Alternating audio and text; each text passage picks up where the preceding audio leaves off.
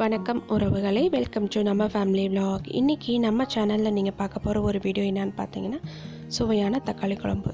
இந்த தக்காளி குழம்பு எப்படி செய்கிறது அப்படின்றத வீடியோக்குள்ளே போய் பார்க்கலாம். நான் பார்த்தீங்கன்னா 7 தக்காளி பழம் எடுத்து வச்சுருக்கேங்க. இப்போது கடாய் காஞ்சதும் பார்த்தீங்கன்னா கொஞ்சமாக எண்ணெய் ஊற்றிக்கிறேங்க.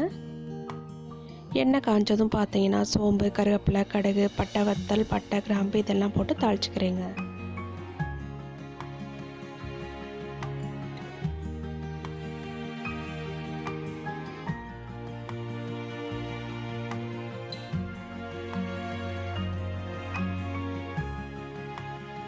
இப்போ பார்த்தீங்கன்னா தக்காளி பழம் கட் பண்ணி வச்சுருக்கேங்க. 4 பச்சை மிளகாய், கொஞ்சமாக வெள்ளை போட்டு எடுத்துருக்கேங்க.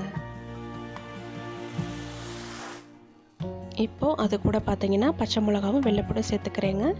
அதுக்கப்புறம் கட் பண்ணி வச்சுருக்க தக்காளி பழத்தையும் சேர்த்துக்கிறேங்க.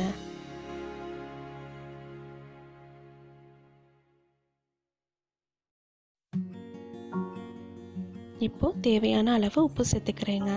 அதுக்கப்புறம் பார்த்தீங்கன்னா அரை ஸ்பூன் மஞ்சள் தூள் ஆட் பண்ணிக்கிறேங்க. இப்போது இது எல்லாத்தையும் சேர்த்து நல்லா வதக்கி விட்டுக்கிறேங்க. இப்போது ஒரு மூடி போட்டு மூடி வச்சுக்கிறேங்க. ஒரு 2 நிமிஷம் கழித்து நம்ம தக்காளி வெந்ததுக்கப்புறம் பார்க்கலாம்.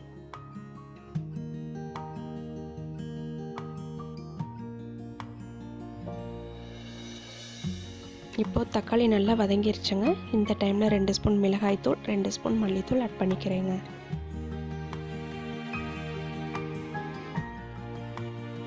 இப்போது இது எல்லாத்தையும் சேர்த்து நல்லா வதக்கி விட்டுக்கிறேங்க. வதக்கி விட்டதுக்கப்புறம் பார்த்தீங்கன்னா கொஞ்சமாக தண்ணி ஆட் பண்ணிக்கிறேங்க. தண்ணி ஊற்றி நல்லா கொதிக்க வச்சுக்கிறேங்க. அப்போ தாங்க மசாலாவோட பச்சை வாசம் எல்லாமே போகும். அதுக்கப்புறம் பார்த்தீங்கன்னா தேங்காய், ஜீரகம், சோம்பு, கசகசா இதெல்லாம் அரைச்சி வச்சுருக்கேங்க. அந்த அரைச்ச விழுதை ஒரு கொதி வந்த உடனே இதோட சேர்த்துக்கிறேங்க.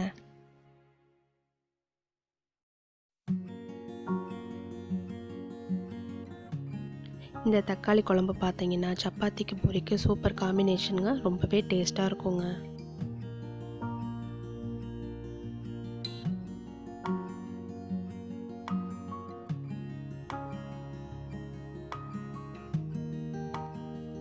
தேங்காய் அரைச்சி ஊற்றுனதுக்கப்புறம் பார்த்தீங்கன்னா ரொம்ப நேரம் கொதிக்க விடக்கூடாதுங்க.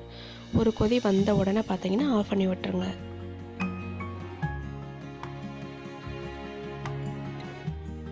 இப்போ மூடி போட்டு மூடி வச்சிடுறேங்க.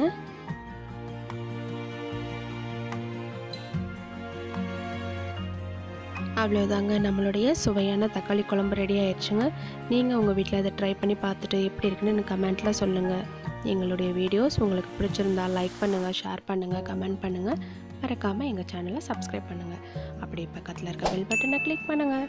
தேங்க்ஸ் ஃபார் வாட்சிங்.